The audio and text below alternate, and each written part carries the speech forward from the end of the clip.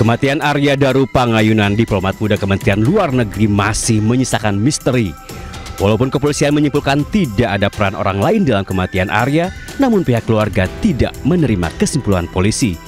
Belakangan muncul pengakuan dari keluarga pada 9 Juli 2025 atau saat jasad Arya dimakamkan, keluarga mengaku menerima paket misterius berupa amplop coklat. Setelah dibuka, paket itu berisi gabus sintetis berbentuk bunga, bintang, dan simbol hati. Pengakuan keluarga ini senada dengan apa yang disampaikan Bambang Wijoyanto. Katanya ini yang perlu diklarifikasi dan konfirmasi lagi. Pengakuan dari keluarga terkait paket misterius semakin membuat publik meragukan temuan polisi, termasuk Dino Patijalal. Dalam video yang diunggah di Instagram pribadinya, mantan Wakil Menteri Luar Negeri era Presiden SBY ini menyebut kematian Arya janggal. Saya bukan polisi dan tidak mempunyai akses terhadap data-data forensik, tapi saya sulit sekali menerima kesimpulan bahwa diplomat muda Arya Daru itu bunuh diri. Pertama, karena metode bunuh diri yang diduga dilakukan oleh Arya Daru itu sangat tidak lazim.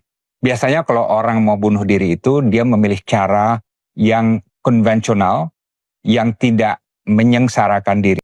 Kedua, Arya Daru itu akan posting di Finlandia, salah satu posting idaman bagi diplomat Indonesia. Sebagai diplomat, saya paham sekali orang yang mau posting di luar negeri itu merasa sangat antusias, penuh gairah dan gelora hidup, karena dia akan membuka lembaran baru dalam hidupnya dan karirnya di luar negeri. Terkait kejanggalan kematian diplomat muda, keluarga juga berharap penyelidikan dilanjutkan.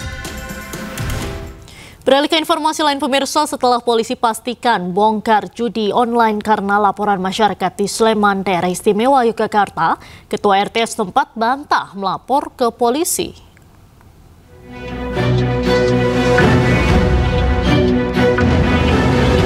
Kepolisian Daerah Istimewa Yogyakarta buka suara soal viralnya narasi di media sosial terkait judi online.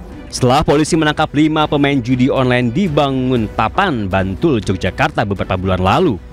Warganet menyoroti penangkapan 5 pemain judi online tersebut yang mengakali bandar judi online dengan sistem promo.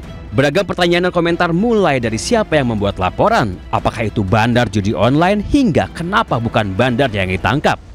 Direktur Reserse Kriminal Khusus Polda DIY AKBP Saprodin menepis berbagai tudingan netizen dan menegaskan pengungkapan kasus tersebut bukan akibat laporan dari bandar. Soal laporan, di mana tugas polisi itu mau ada laporan atau tidak, kalau sudah itu merupakan kejahatan, pelanggaran hukumnya wajib. Gitu. Jadi kalau sampai mengejar pelapor memang sudah hasil lidik dan semuanya masyarakat yang baik mau melaporkan polisi itu sudah jempol, dan tugas kami melindungi pelapor. Polisi memastikan penangkapan pelaku judol tersebut hasil tindak lanjut kepolisian atas laporan masyarakat yang curiga ada aktivitas di sekitar lokasi bermain judol. Sementara itu, perangkat desa setempat tidak menyangka polisi tidak berkoordinasi dengan RT atau RW setempat. Mereka pun membantah telah melaporkan aktivitas judol kepada polisi. Sutrisno mengatakan dirinya hanya mengetahui bahwa bangunan tersebut digunakan sebagai markas ojek online. Kalau pihak berwajib akan melakukan sesuatu yang contohnya seperti itu, mestinya kan ada pemberitahuan ke ketua RT, koordinasi ke ketua RT, kan begitu. Pendapat saya yang saya tahu gitu, tapi kan nggak tahu sama sekali, kita nggak diberitahu gitu loh, nggak diberitahu. Kini kelima tersangka judi online di rumah tersebut sudah diamankan polisi. Dari Sleman, Yogyakarta, Heru Trijoko, iNews melaporkan. Masih selanjutnya pemirsa, setelah 25 tahun kosong, Presiden Prabowo Subianto kembali menghadirkan Wakil Panglima TNI. Presiden melantik Letjen Tandio Budi Revita menjadi Wakil Panglima TNI.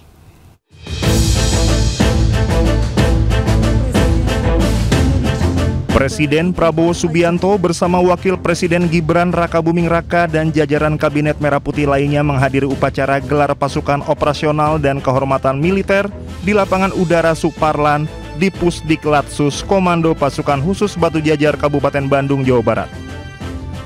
Selain upacara, Prabowo juga melantik Wakil Panglima TNI yaitu Wakil Kepala Staf Angkatan Darat Letnan Jenderal Tandio Budi Revita sebagai Wakil Panglima TNI. Selain itu, 3 perwira tinggi lainnya menduduki jabatan strategis di lingkungan TNI. Saya titip saudara-saudara sekalian, jaga pasukanmu sebaik-baiknya, bina anak buahmu sebaik-baiknya.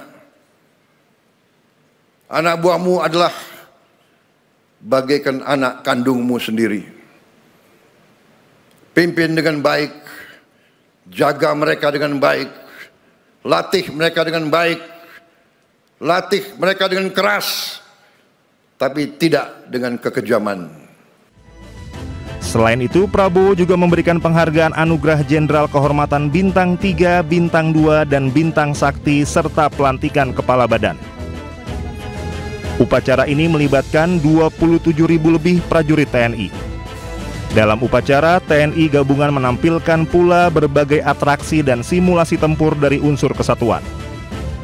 Pameran dengan menampilkan beragam alutsista yang dimiliki TNI seperti tank Leopard, tank Harimau, dan tank Marder juga disuguhkan untuk warga yang datang mengikuti upacara. Dari Bandung, Jawa Barat, Yanuar Candika Anyus melaporkan. Pemirsa, acara zikir kebangsaan dan ikrar bela negara bersama ulama dan tokoh bangsa hari ini digelar di Masjid Istiqlal, Jakarta Pusat. Acara zikir kebangsaan ini diperkirakan akan dihadiri 50.000 jemaah dari Jakarta dan Bodetabek.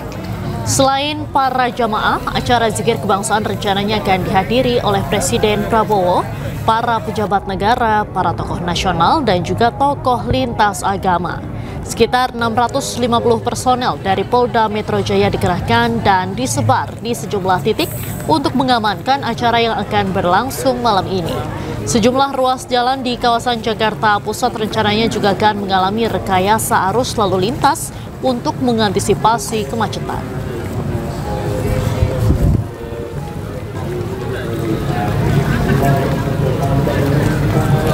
Dan untuk mengetahui informasi selengkapnya, kami telah terhubung dengan jurnalis iNews Syahreza Zanski di Masjid Istiqlal, Jakarta. Selamat malam, Syahreza. Apakah sudah ada kabar Presiden Prabowo akan hadir di zikir kebangsaan di Masjid Istiqlal malam ini?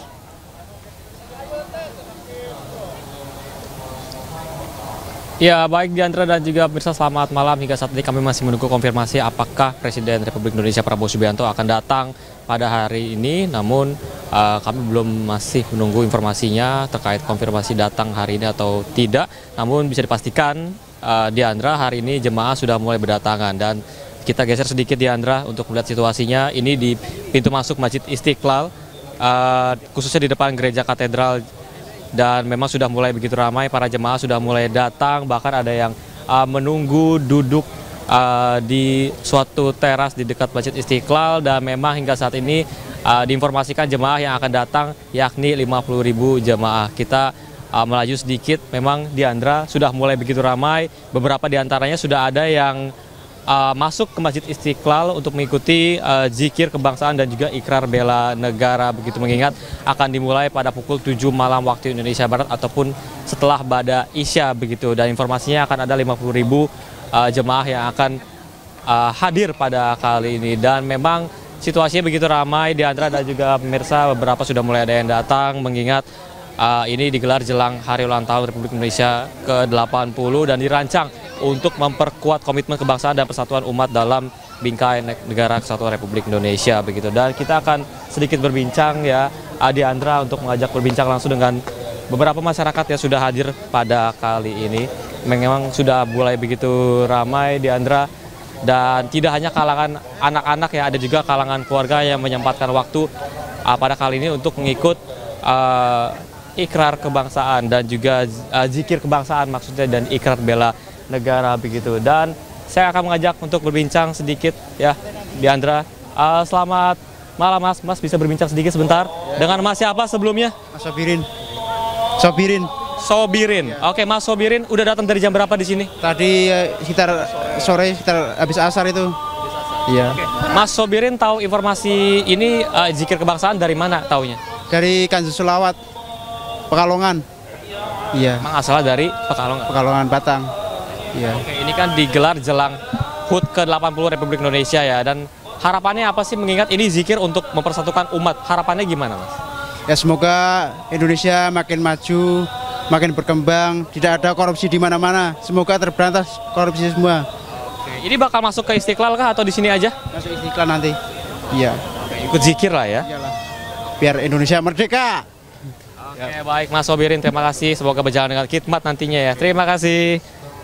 Ya, Diandra dan juga pemirsa, memang tidak hanya dari kalangan Jakarta ya, ada juga di luar kota Jakarta seperti Bogor, Depok, Tangerang dan lain sebagainya.